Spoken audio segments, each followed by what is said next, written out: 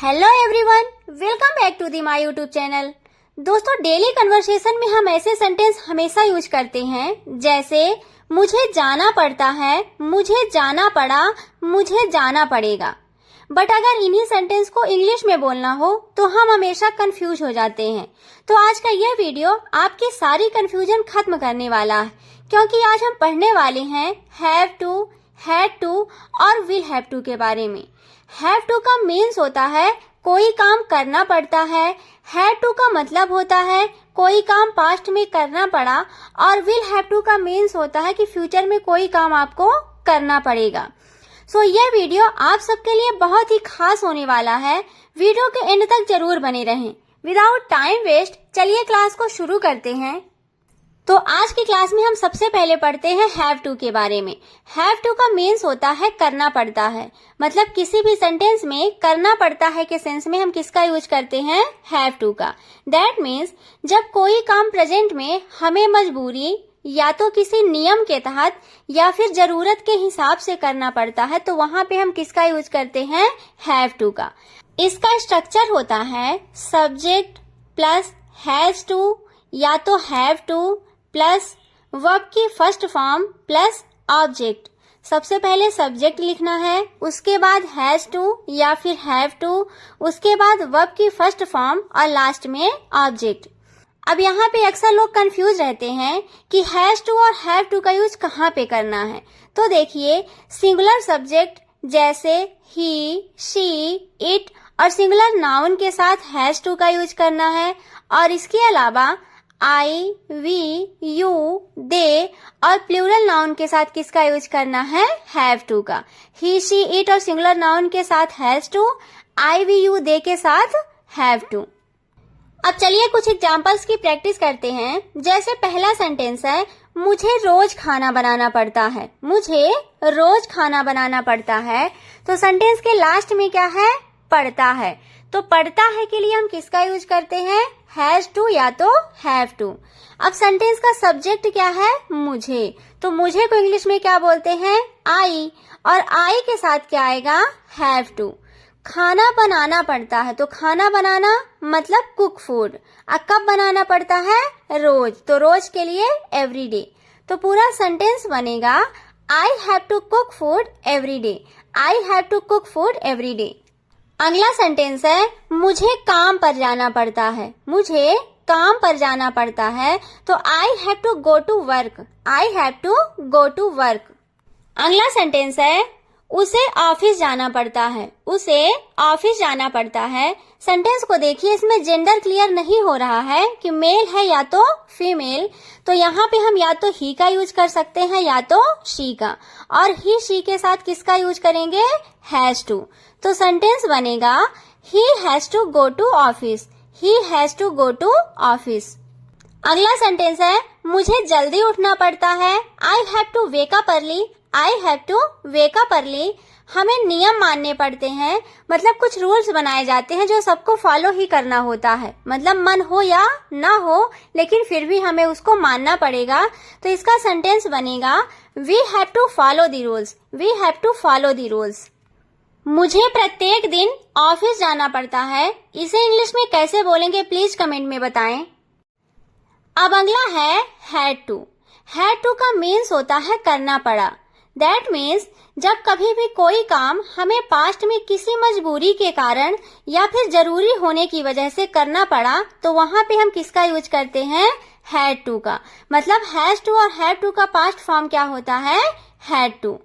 इसका स्ट्रक्चर होता है subject plus had two plus verb की फर्स्ट फॉर्म प्लस ऑब्जेक्ट। मतलब सबसे पहले सब्जेक्ट आएगा, उसके बाद हैड टू, फिर उसके बाद वर्ब की फर्स्ट फॉर्म और लास्ट में ऑब्जेक्ट। अब यहाँ पे याद रखिएगा, सब्जेक्ट कोई भी हो, मतलब या तो सिंगुलर सब्जेक्ट या तो प्लूरल सब्जेक्ट, दोनों के साथ हम किसका यूज करेंगे, हैड टू। तो चलिए अब इसके कुछ एग्जांपल्स की प्रैक्टिस करते हैं। जैसे पहला सेंटेंस है, उसे खाना बनाना पड़ा। उसे खाना बनाना पड़ा, मतलब पास्ट की बात बताई जा रही है कि उसे खाना बनाना पड़ा। सेंटेंस को देखिए, इसमें जेंडर क्लियर नहीं हो रहा कि किसे खाना बनाना पड़ा, मेल है या कि फीमेल। तो यहाँ पे हम ही का यूज कर सकते हैं या तो शी का। पर इतना याद रखिएगा, सब्जेक्ट कोई भी हो, सभी सब्जेक्ट के साथ क्या लिखना है, हैड टू। तो सेंटेंस बनेगा she had to cook food, she had to cook food. अगला सेंटेंस है हमें ट्रेन का इंतजार करना पड़ा, हमें ट्रेन का इंतजार करना पड़ा। तो यहाँ पे हमें के लिए किसका यूज करेंगे, वी का। वी के बाद क्या आएगा, हैड टू ट्रेन का इंतजार करना, तो वेट फॉर द ट्रेन। तो पूरा सेंटेंस बनेगा we have to wait for the train, we have to wait for the train. इसी का अगला सेंटेंस है मुझे बारिश में चलना पड़ा, मुझे बारिश में चलना पड़ा। मतलब बारिश में चलने की मेरे पास मजबूरी थी, तो मुझे बारिश में चलना पड़ा। तो इसका सेंटेंस बनेगा I had to walk in the rain, I had to walk in the rain. मुझे मेहनत करनी पड़ी, मुझे मेहनत करनी पड़ी। इसे इंग्लिश में कैसे बोलेंगे प्लीज कमेंट में बताएं। अब तीसरा है will have to. Will have to का मीन्स होता है करना पड़ेगा, या तो पड़ेगी या फिर पढ़ेंगे। दैट मीन्स फ्यूचर में कोई भी काम आपको किसी मजबूरी के कारण या फिर जरूरी होने के कारण करना ही पड़ेगा, तो वहां पे हम किसका यूज करते हैं, विल हैव टू का। इसका स्ट्रक्चर होता है subject plus will have two plus verb की फर्स्ट फॉर्म प्लस ऑब्जेक्ट। सबसे पहले क्या लिखना है, सब्जेक्ट, उसके बाद will have two plus verb की फर्स्ट फॉर्म और लास्ट में ऑब्जेक्ट। यहाँ पे एक चीज नोट कर लीजिएगा, हैड टू के जैसे विल हैव टू में भी होता है। मतलब सब्जेक्ट कोई भी हो, या तो सिंगुलर सब्जेक्ट हो या तो प्लूरल, दोनों के साथ हम किसका यूज करेंगे, विल हैव टू का। जैसे पहला सेंटेंस है तुम्हें मुंबई जाना पड़ेगा, तुम्हें मुंबई जाना पड़ेगा। मतलब यहाँ पे तुम्हारा मन क्या है, तुम्हारा मन जाने का है या कि नहीं है, यहाँ पे कोई भी मैटर नहीं करता।